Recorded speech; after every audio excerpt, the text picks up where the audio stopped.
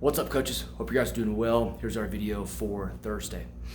So Thursday, in terms of the three position snatch, it really mimics what we did with the clean on Tuesday. Coach's choice warm-up, make sure that you're keeping it simple. Should be about 10 minutes. Plug in 2 to 3 other movements along with preparation for the snatch in some way.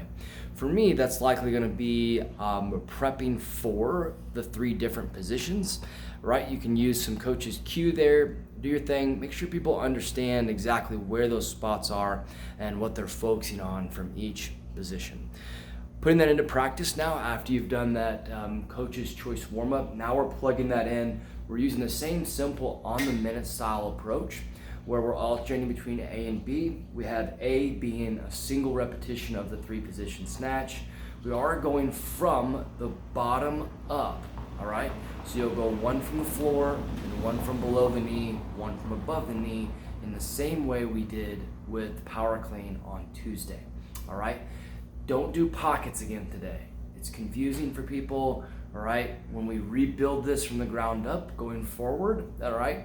Meaning we finish this cycle and move on, we'll revisit that pocket position a little bit, but for right now, we wanna go above the knee for that final position, all right? The opposite movement, we have 4 of the Z-style presses. Make sure you watch the video there. Athletes will be seated. The seated position for overhead pressing is simply not right for everyone, right? There's some mobility aspect there that will be challenging for some and will make it not accessible for others, all right? People can bend their knees, first of all, to make it accessible, and then they can do a seated press instead, all right?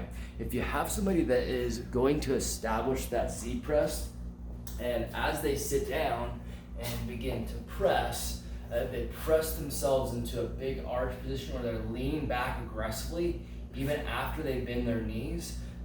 This is ideal, strong straight legs.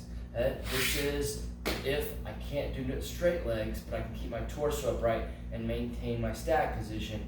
If I cannot maintain my stack position in terms of my torso and my shoulders from that seated position, then what I need to do is put my butt on a bench or a box and press from there instead. All right, use your deload style approach. This should be a moderate approach at best. Our workout with intended stimulus. So what we're gonna be working here is a little bit more of a sprint stimulus. We have on the minute for 16 minutes. We're gonna work through 4 cycles. Now, what we're gonna be doing here is 2 of these cycles or stations is rest. So we have work the first minute, rest the second minute, work the third minute, rest the 4th minute. All right, so what you can do here is you can have up to 4 athletes in each 4 movement station. That's no problem. All right, 1 athlete will be starting on the ski, 1 athlete will be starting in the rest zone, 1 athlete will be starting on the sled, and then 1 athlete will be starting in the second rest zone. And you're gonna cycle them through until they get through 4 rounds of each movement, all right? If you do that, just understand that it may take you an extra couple minutes to get everyone through that 4th cycle of each movement, all right? So your movements here, we have a 30-second sled push.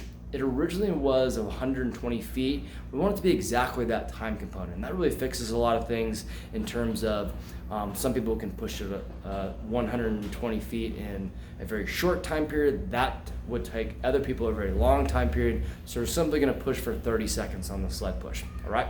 And then on the ski, we have 30 seconds, a max effort, close to a sprint. So this will help to maintain organization as well. Both movements will be 30 seconds. It's much easier to call those out than it is to call 1 out and then have 1 in a distance. So both intervals are exactly the same, 30 seconds of sled, 30 seconds of the ski. So setting this up, stimulus, we have what will end up being a 30-second on, 90-second off clock, right? That means we want to be close to a sprint, but leaving enough in the tank for repeatability, all right? The logistics here, you want to make sure that everything is set up. A conga line style is fantastic.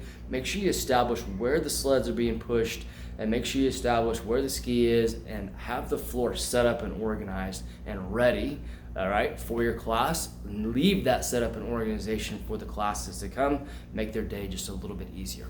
All right. Make sure that we're running some type of primer so that people understand how they're rotating and exactly what's going on there as well.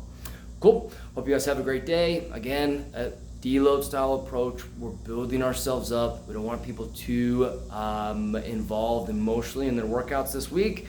Keep it smooth. Let's have a great testing week next week. We'll see you guys.